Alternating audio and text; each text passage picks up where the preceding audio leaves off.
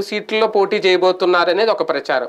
వీళ్ళ ద్వారా లేదంటే క్రిస్టియన్ కమ్యూనిటీ ద్వారా జగన్మోహన్ రెడ్డి గారిని ఓటు బ్యాంక్ చీల్చే ప్రయత్నం ఒకవేళ సక్సెస్ అయితే కాంగ్రెస్ పార్టీకి అది కలిసి వచ్చేది టీడీపీకి కాదా? అంటే జనాలంత అమాయకంగా ఉంటారా? ఇప్పుడు Christian Kishore Babu Christian SC కోటాలోనే పోటీ చేస్తారు. మరి గెలిచేయాలిగా ఆ ఏరియాలో. ఓట్లు ఎన్ని వచ్చినాయి ఆయనకి?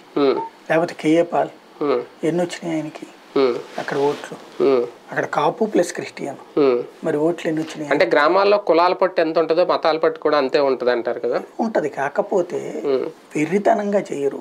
పార్టీ బేస్డ్ పాలరైజేషన్ జరుగుతుంది కానీ క్యాస్ట్ పాలరైజేషన్ వ్యక్తి బేస్డ్ ఎప్పుడూ ఉండదు. మత పాలరైజేషన్ జరగదా? మత ఓటు బ్యాంక్ జరగదా? అదే మత ఓటు బ్యాంక్ పాలరైజేషన్ అనేది పార్టీ బేస్డ్ మీద జరుగుతుంది, వ్యక్తి బేస్డ్ మీద ఎప్పుడు జరగదు.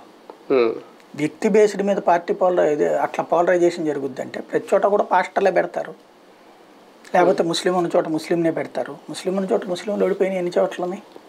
ఒకే చోట ఇద్దరు ముస్లింలు పోటీ చేశారు, ముస్లిం ఎవరికి వేయాలి? అట్లాగే ఎక్కడైనా సరే బేసిక్గా క్యాస్ట్ పాలరైజేషన్ అనేటువంటిది ఎప్పుడు జరుగుతుందంటే జగన్ని కాదని షర్మిల దగ్గరికి ఎందుకు వెళ్ళాలి క్రిస్టియన్? Simple logic. జగన్ ఏమన్నా మతం మార్చుకున్నాడా? లేదు.